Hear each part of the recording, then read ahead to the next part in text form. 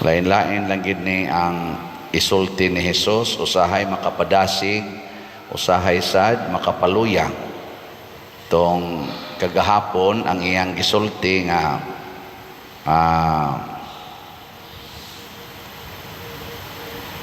ang inyong kanang sa tiyang gingon sa nag-una ni nga gililong sa Ginoo ang mga maayong butang, ang Dios nung butang gikan sa mga maalamon.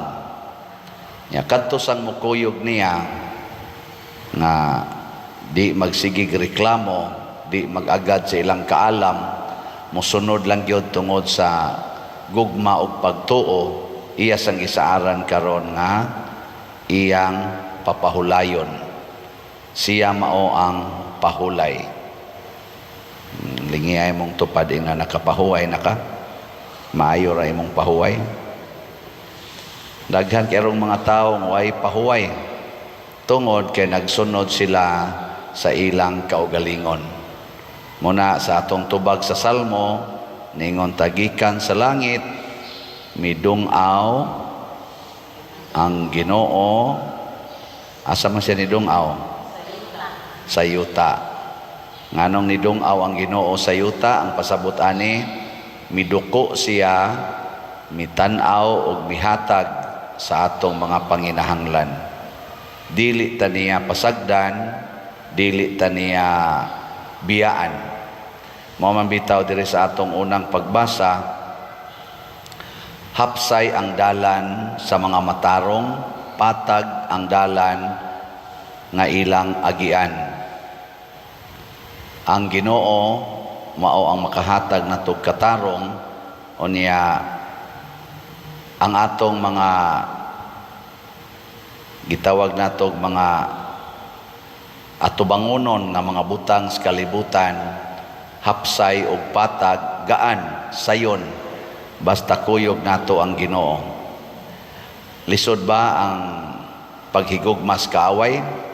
Lisod sayon, lisod kaayo. Pero iuban ang Ginoo. Iuban ba ang Ginoo ba? Mosayon dayon na. Lisod ba dawaton ang mga kapakyasan ining kinabuhia, kanang mahagbong kas board exam, mapakyas ang imong pangandoy, ang imong anak imbes mo graduate, namabdos na noon, bugat. Nya ang buhaton, ikuyog ang Ginoo. Mugaan dayon na siya. Pasabot, ang gamito nato ang iyang mga pulong, ang iyang mga pamaagi. Kining mga butanga, mao ni ang wala na kayo tagaigbili sa kalibutan karon. Kaya ang kalibutan magsunod gyud sa gisulti sa tao. Sama ng divorce. Haron wa na kay problema, aron hapsay, gaan imong kinabuhi, hala, pag-divorce, mo na gisulti sa kalibutan. Pero, ang wa gisulti sa kalibutan nga inig-divorce, gabaon ka sa kabugat sa imong kasing-kasing.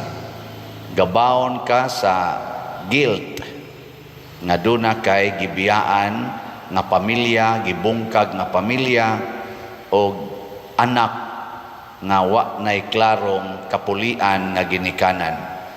Sungogon man ang imong tanlagan agud, isip ginikanan, isip amahan, inahan. Nasa ilaing solusyos kalibutan, uwaw kaistanan, kung masakpan kang namabdos, abortion. Abortion. Ipapatay ng bata, aron dili na masakpan. Nya ilabay lang na atos basurahan.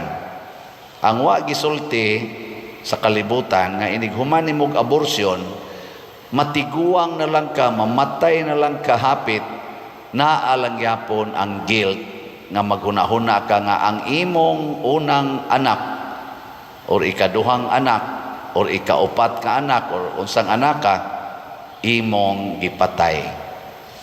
Imong gipatay sud pagid sa imong taguangkan.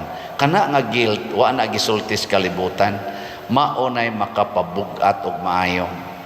Pareho sa ng pamakak na kay nabuhat asawa na nabuhat sa bana, bana na nabuhat nga bati sa asawa, anak na nabuhat nga dautan ngadto sa ginikanan, pari asa man mabuhat ang pari na nabuhat nga dautan ngadto sa madre madre na nabuhat nga dautan sa pari.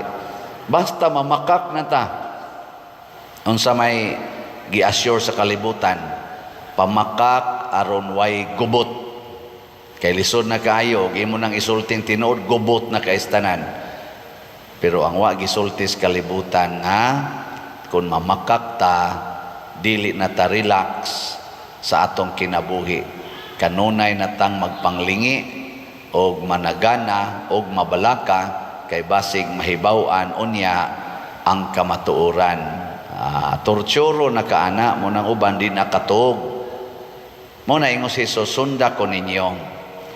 Nya unsaon man nato siya pagsunod, ingon siya, duol mo nako kamong mga gikapuyan o gibugatan sa inyong mga gipasan o papahulayon ko kamo. Pero doon na siya gisulti dinhi, isangon ang akong yugo og sunda ninyo ako. Kanang yugo kana man ang ibutang skabaw bitaw, kanang ibutang dinis liog nya moy hiktan sa load aron igbunlot nya sunda ninyo ako. Ang sunod man ang kabaw ngadto padung sa amo nya iya din gipasabot dire, sayon ang yugo nga akong ihatag kaninyo ug gaan ang ipapasan ko kaninyo. Sayon ang yugo, gaan ang atong pasunon. Pasabot, kung magsunod tas balaod sa Ginoo sama anang pagkamanggihatagon, pagkamapasayloon, ang way limit nga paghigugma, way kondisyon, ang pag-antos nga malipayon, ang pag-alagad aning labing ubos kanang mga sinalikway, dinaog-daog, ang pag-alagad ana nila, maunay mga sugos Ginoo nga makapagaan sa atong kasing-kasing o sa atong kinabuhi nya. Sayon kaayo na siya himuon kay dili kayo tamugastog kwarta. Pero ang kanang sugos kalibutan, dumti imong kaaway, sus dako ang gastos kwarta na.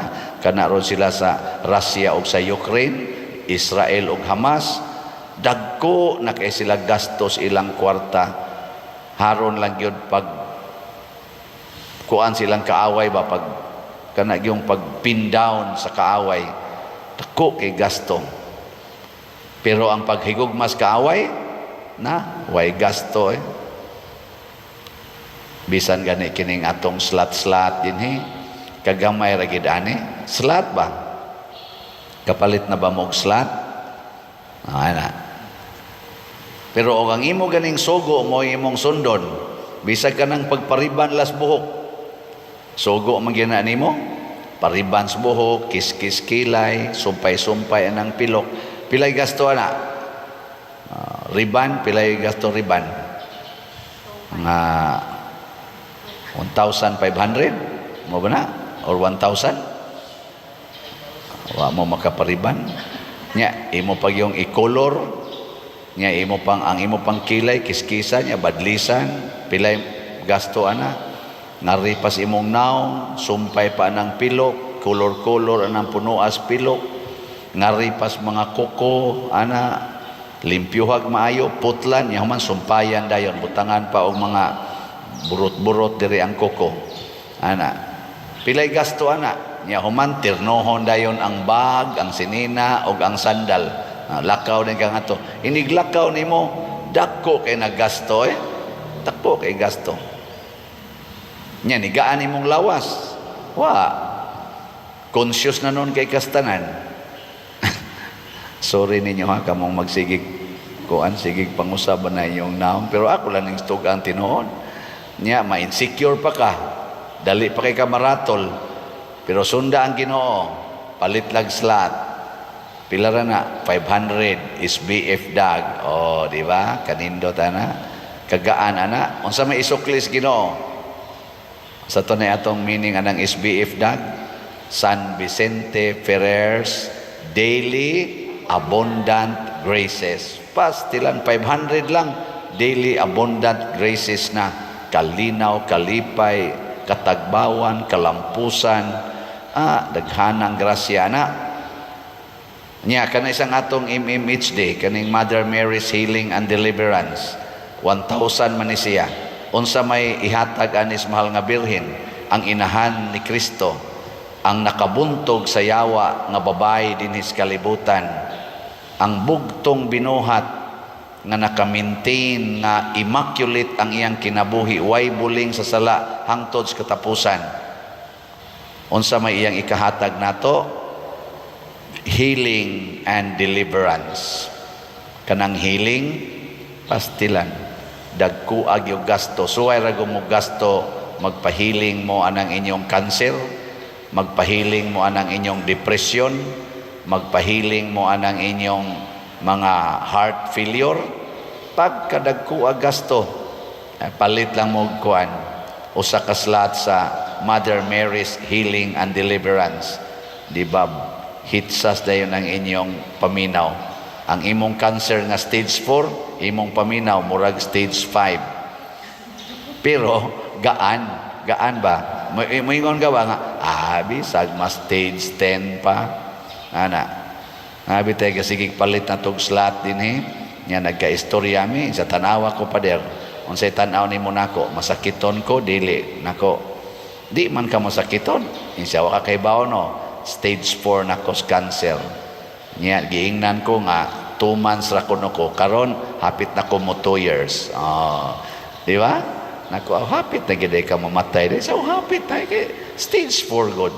Nako stage ko na ka kanang cancer free na ka. Sa dili nagya po ng cancer. Pero nga ako ra gyud nga nalipay lang gyud ko nga matag adlaw makapaminaw pa ko sa imong wali. Nya ighuman ana makapalit pa kong slot from time to time, diha jud ko nalipay. Ningon ko, Lord, og mamatay man ko, at least malipayon ko. Wa siya magpakimo. Wa siya kimo-kimo. Tingin siya ito'y giinom sa siyang tambal-tambal tingali, pero wa gid siya magpakimo. Kaya matod pa niya, dako pa kay gasto, niya mamatay ramang yapon siya. Naigo-igo sa jud nga akong giingon nga. Musunod lang gid ko sa Ginoo. O iyang kabubuton nga patyono na gyud, kidney failure, dialysis dayon, ay lang na ipalit lang nag-slot, tagpila rong dialysis, gasto, tag 2,500 kada sesyon, way labot sa mga tambal pa na, maabot pa nagdol-dool 5,000, niya katulos usak simana, sus, 15,000, ipalit pa lang na ninyong slot, urot na, ikaw man, patay na yun mo. Ikamatay, na. Unsa naman? Malinaon. Pero naabayay milagro nga himuon ang Ginoo nga dili nato masukod. Ngano man, kay ang Ginoo, wa siya dito magpabilin sa langit ni ana siya sa kalibutan. Gikan sa langit, midungaw ang Ginoo sa yuta. Ang Ginoo nga gamhanan kaayo, nga way imposible kaniya, nitanaw, miuban, mikuyog og miluwas kanato. Muna parte na ganig simbahan, parte na ganig sugo os Ginoo, di gid ta magpanagana. Bulahan to ang nagsunod sa sugo os Ginoo kay mainyo gyud ang kinabuhi nga sayon og gaan.